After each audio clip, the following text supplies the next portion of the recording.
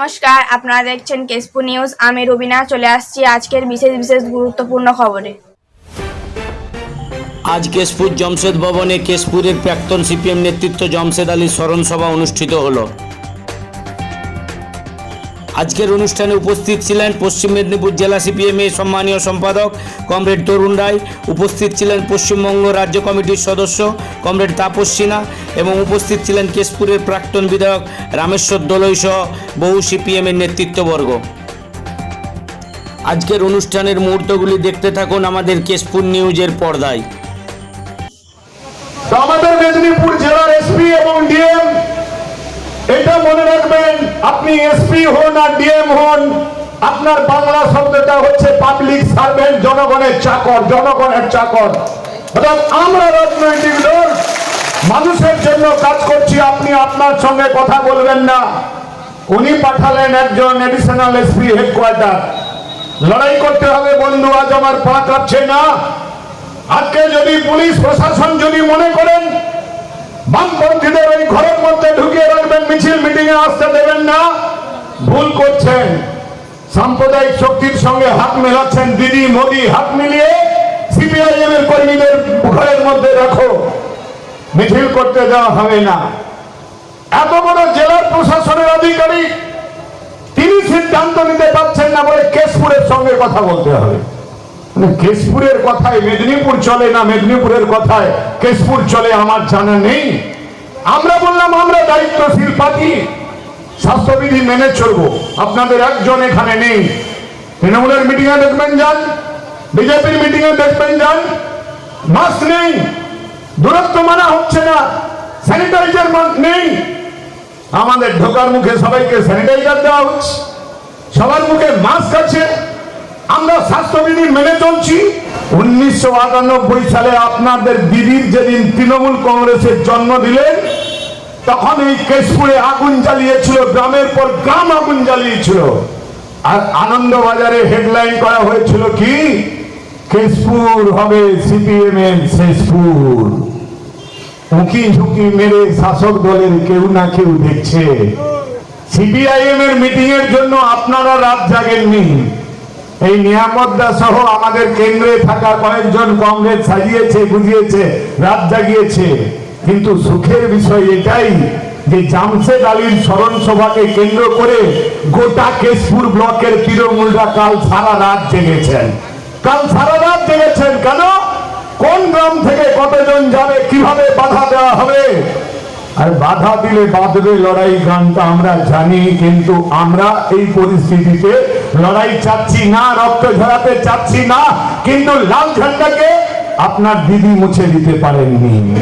আর ওই তৃণমূলের মুখ্যমন্ত্রী, উনাকে একা দেখা যাচ্ছে। উনি সাঙ্গ পাঙ্গ নিয়ে কলকাতার রাস্তায় গোল গোল দাগ কাটছেন, গোল গোল দাগ কাটছেন। আরে মানুষের খাদ্য চাই, খাদ্য চাই, চাল চাই, গম চাই, সবজি চাই, ওষুধ চাই, বাচ্চাদের দুধ চাই। আপনি মুখ্যমন্ত্রী, গোল গোল দাগ কাটবে আপনার পুলিশ, গোল গোল দাগ কাটবে সরকারি কর্মচারীরা। লকডাউন কার্যকারী করার জন্য, দূরত্ব মেনে চলার জন্য গোল গোল করে দাগ কাটছেন মুখ্যমন্ত্রী, দেখাচ্ছেন আমি রাস্তায় আছি। না, আসুন কেশপুরে দাগ কেটে দিয়ে যান। আমাদের স্মরণ সবাই কে কোথায় বসবে, আপনি মুখ্যমন্ত্রী এসে দাগ কেটে দিয়ে যান। এই কাজটা আপনার না, আপনার কাজ গ্রামে গ্রামে কত মানুষ না খেয়ে আছে তাদের কাছে খাবার পৌঁছে দেওয়া। যে কাজটা সিপিআইএম করছে সেটা আপনি সরকারে থেকে করেননি। আমরা সরকারে নেই কিন্তু দরকারে আছি, এটা বুঝেছেন? আমরা দরকারে, আমরা সরকারে নেই কিন্তু দরকারে আছি। গোটা ভারতবর্ষে পরিযায়ী শ্রমিকরা, এই কেশপুরে হাজার হাজার পরিযায়ী শ্রমিক মুম্বাই, দিল্লি, তামিলনাড়ু, কর্ণাটকে আটকে ছিল। তৃণমূল নেতাদের ফোন করেছেন, তৃণমূলের এমএলএ কে ফোন করেছে, কেশপুরের এমএলএ কে, ঘাটালের এমএলএ কে। আমার কাছে ক্যাসেট আছে, ক্যাসেট আছে। কি দেখবেন এখন টিভিতে? হাফ প্যান্ট পরে, গেঞ্জি পরে সকালবেলা একটা পার্কে দিলীপ ঘোষ কসরত করছে। ছিল নাকি লকডাউনের সময়? দেখতে পেয়েছেন দিলীপ ঘোষকে? আমফান হওয়ার পরে বাড়ির সামনে একটা গাছ ভেঙে পড়ে গেল, উনি সেই গাছের ডাল কাটতে বেরোলেন, তাও মিডিয়াকে ডেকে নিয়ে, মিডিয়াকে ডেকে নিয়ে। আরে আমরা এরকম হাজার হাজার গাছ ছড়াচ্ছি রাস্তায়। সিপিআইএম এর কর্মীরা কলকাতা, 24 পরগনা, পূর্ব মেদিনীপুরে আমরা কাজ করছি। মিডিয়াতে সেসব ছবি দেখানো হয় না। আর তৃণমূলের বিজেপির নেতা, আরে তোমার 18টা এমপি মানুষকে বুঝিয়েছিলে তৃণমূলকে সরাতে গেলে বিজেপি, আর এখন বিজেপির 18টা এমপির মালিক একটাকেও দেখতে পাচ্ছি না, একটাকেও। কি বলছে? বলে আমাদেরকে যেতে দিচ্ছে না। তো আমরা যাচ্ছি কি করে? আমরা ত্রাণের কাজ করছি কি করে? আমরা রান্না করে খাবার দিচ্ছি কি করে? আমরাও আন্দোলন করছি কি করে? বেশি বেশি টেস্ট করতে হবে, পরীক্ষা করতে হবে, হাসপাতালে বেড বাড়াতে হবে, এই কথাগুলো বলছি। আমাদের সূর্য মিশ্র, বিমান বসু থেকে মোহাম্মদ সেলিম থেকে শুরু করে মেদিনীপুরে আমরা বারে বারে পুলিশ আমাদেরকে গ্রেপ্তার করছে। এখন শুধু সারদা নারদার ফাইলটা খুলে দিন, তৃণমূল তাসের ঘরের মতো হয়ে যাবে। এই কাজটা বিজেপি আজকে সিবিআই কে ঘুম পাড়িয়ে রাখছে। ওই দিলীপ ঘোষ, অমিত শাহরা বলুন বিজেপির নেতাদের যে আপনাদের অমিত শাহ, দিলীপ ঘোষরা কেন তদন্ত বন্ধ করে দিল? আপনারা চোখে দেখেছেন তো তৃণমূলের মন্ত্রীরা এমপিরা বান্ডিল বান্ডিল টাকা নিচ্ছে, তোয়ালা জড়িয়ে ঘর ঢুকে যাচ্ছে। তাহলে তার তদন্ত হবে না? গোটা দেশের মানুষ চোখে দেখছে তৃণমূলের নেতারা বান্ডিল বান্ডিল টাকা নিচ্ছে, পঞ্চায়েতের টাকা, নারদার টাকা, সারদার টাকা, কোটি কোটি টাকা চারিদিকে লুট হচ্ছে। এই কথাগুলো আমরা বলতে পারবো না, দোষীদের গ্রেফতার করা হোক বলতে পারবো না। মনে রাখবেন তৃণমূল বিজেপি, দাদা দিদি তৃণমূল বিজেপির যে ঝগড়া টিভিতে দেখানো হয় সেটা নাটকের যুদ্ধের মতো করতে থাকবে। আর তৃণমূল বিজেপির যে ঝগড়াটা হচ্ছে ওটা ওই নাটকের ঝগড়া। আসলে ওদের মধ্যে কোনো ঝগড়া নেই, এটা জেনে রাখবেন। ওদের বোঝাপড়া আছে, দাদা ওখানে থাকবে, দিদি ওখানে থাকবে, দাদা দিদি বোঝাপড়া হয়ে চলবে। তাই দেখলেন না ওই যে অযোধ্যাতে কি হলো 5 তারিখে? 490 বছরের একটা মসজিদ ছিল, 466 বছরের পুরনো মসজিদ বাবরি মসজিদকে এই বিজেপি আরএসএস বজরং দল 1992 সালের 6 ডিসেম্বর তারা কর সেবার নাম করে, পূজা অর্চনার নাম করে মসজিদটাকে ভাঙলো। আমাদের দেশ ধর্ম নিরপেক্ষ রাষ্ট্র কি বললো? প্রধানমন্ত্রী বলছেন মন্দির ওয়াই বানাएंगे। প্রধানমন্ত্রীর কাজ নাকি মন্দির বানানো? আমাদের দেশে 23 লাখ মন্দির আছে, আমরা মন্দিরের বিরোধী না। 2.5 লাখের বেশি মসজিদ আছে, মসজিদের বিরোধী না। আরো মন্দির হোক, মসজিদ হোক, গির্জা হোক, গুরুদ্বারা হোক, আমরা বিরোধী না। আমরা কিসের বিরোধী? আমরা বিরোধী কেউ যদি একটা মসজিদ ভেঙে মন্দির বানাতে আসে তখন লাল ঝান্ডা রাস্তায় নামবে, মসজিদ তোড়কে মন্দির নেই। আবার কেউ যদি মন্দির ভাঙতে আসে, মন্দির ভেঙে মসজিদ বানাতে আসে তখন ও লাল ঝান্ডা রাস্তায় নেমে প্রতিবাদ করবে। ওদের স্লোগান কি? এক ধাক্কা মার দো। বিজেপি বলছে সারে মসজিদ তোড় দো। একটা ভেঙেছে মনে রাখবেন, বিজেপির এজেন্ডাতে আছে গোটা দেশের সবকটা মসজিদ ভাঙার। আমরা লাল ঝান্ডা, অন্য কেউ না। আমরা বলেছি, ওরা যখন বলছে মসজিদ তোড়কে মন্দির বানাও, আমরা লাল ঝান্ডাটা উঁচু করে বলছি মসজিদ তোড়কে মন্দির নেই, মন্দির তোড়কে মসজিদ নেই, गिरजा तोड़ के गुरुद्वारा नहीं, गुरुद्वारा तोड़ के गिरजा नहीं। हम हमारा हिंदुस्तान में मंदिर, मस्जिद, गिरजा, गुरुद्वारा एक साथ देखने चाहते हैं। ये हमारा हिंदुस्तान का परंपरा है, ये हमारा हिंदुस्तान का परंपरा। আমাদের দেশে মন্দির, মসজিদ, গির্জা, গুরুদ্বারা একসাথে মাথা উঁচু করে দাঁড়িয়ে থাকবে। দেখুন, ব্যাপারটা হচ্ছে জামশেদ আলীর স্মরণ সভা আজকে কেশপুরে ছিল। ওটা প্রতি বছরই ওদের 10ই আগস্ট এই প্রোগ্রামটা হয়। তো প্রোগ্রাম ওদের ছিল, প্রোগ্রাম ওরা করেছে। কিন্তু যেটা তৃণমূল কংগ্রেসের বিরুদ্ধে যে অভিযোগটা আনা হয়েছে তা সর্বব মিথ্যে। কারণ তৃণমূল কংগ্রেস একটি শৃঙ্খলা পরায়ণ এবং সহিষ্ণুতা এবং গণতন্ত্র কাকে বলে সেটা একমাত্র তৃণমূল কংগ্রেস জানে। কারণ পশ্চিমবাংলার মানুষ গণতন্ত্র ফিরে পেয়েছে মমতা বন্দ্যোপাধ্যায়ের দৌলতে। কারণ আজ থেকে 10 বছর আগে অর্থাৎ 2011 সালে মামাটি মানুষের সরকার প্রতিষ্ঠিত হওয়ার আগে পর্যন্ত এই বাংলার মাটিতে গণতন্ত্র ছিল না। তো স্বাভাবিক কারণে আজকে জামশেদ ভবনে যে জামশেদ আলীর স্মরণ সভা ওরা করতে পেরেছে কেশপুরের মাটিতে, এটা মমতা বন্দ্যোপাধ্যায়ের প্রতিষ্ঠিত গণতন্ত্রের ফল। যদি বাংলার মাটিতে গণতন্ত্র মমতা বন্দ্যোপাধ্যায় প্রতিষ্ঠা না করতেন তাহলে এই জামশেদ ভবনে এই ধরনের প্রোগ্রাম ওদের করা সম্ভব হতো না।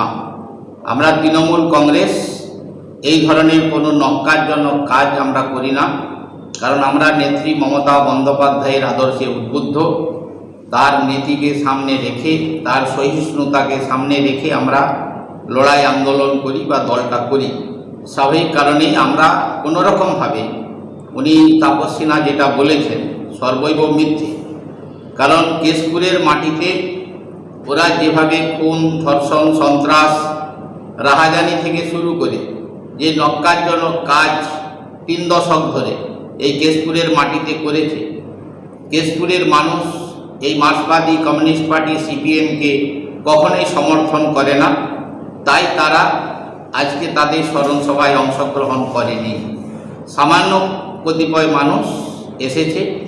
আমরা কাউকে এই ধরনের ধমক চমক বা ইত্যাদি এই ধরনের কাজ আমরা করিনি।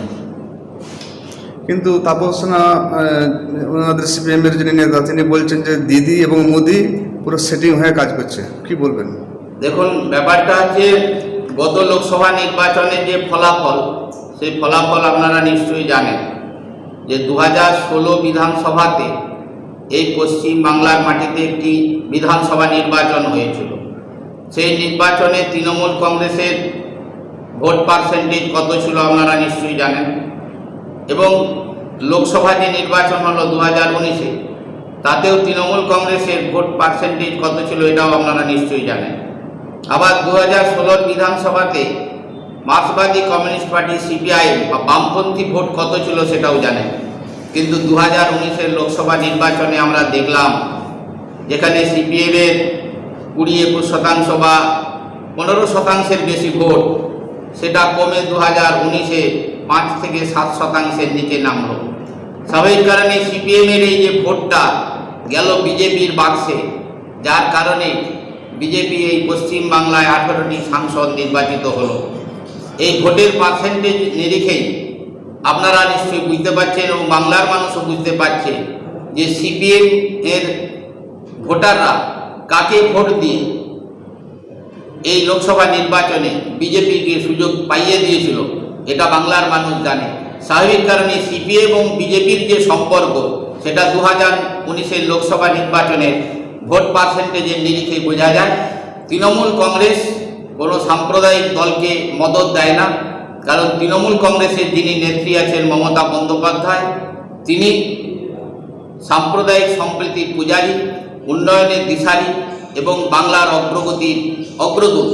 স্বাভাবিক কারণে বিজেপি এবং তৃণমূলের মধ্যে যে বোঝাপড়ার কথা উনি বলছেন সেটা সর্বৈব মিথ্যে।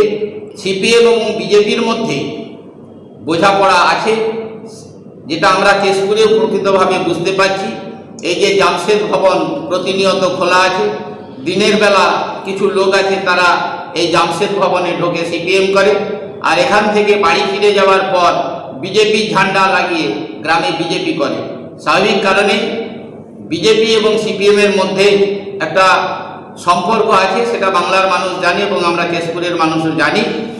এবং বিজেপি যেভাবে 34 বছর ধরে অন্যায়, সন্ত্রাস এই পশ্চিমবাংলা তথা কেশপুরের মাটিতে করেছে, স্বাভাবিক কারণেই তারা বাংলার মানুষকে, কেশপুরের মানুষকে বোকা বানানোর জন্য আবার লাল জামা খুলে গেরুয়া জামা পরে সন্ত্রাসের পথ ধরে আবার কেশপুরের মাটিকে উত্তপ্ত করতে চাইছে, রক্তাক্ত করতে চাইছে। এটা কেশপুরের মানুষ অনুধাবন করতে পেরেছে। তাই আজকের এই জামশেদ আলীর স্মরণ সভায় কেশপুরের এই মানুষ এদের ধাপ্পা ধান্দা বুঝতে পেরে জামশেদের স্মরণ সভায় ওরা অংশগ্রহণ করেনি, কেশপুরের মানুষ অংশগ্রহণ করেনি। ধন্যবাদ কেশপুরকে সময় দেওয়ার জন্য ধন্যবাদ।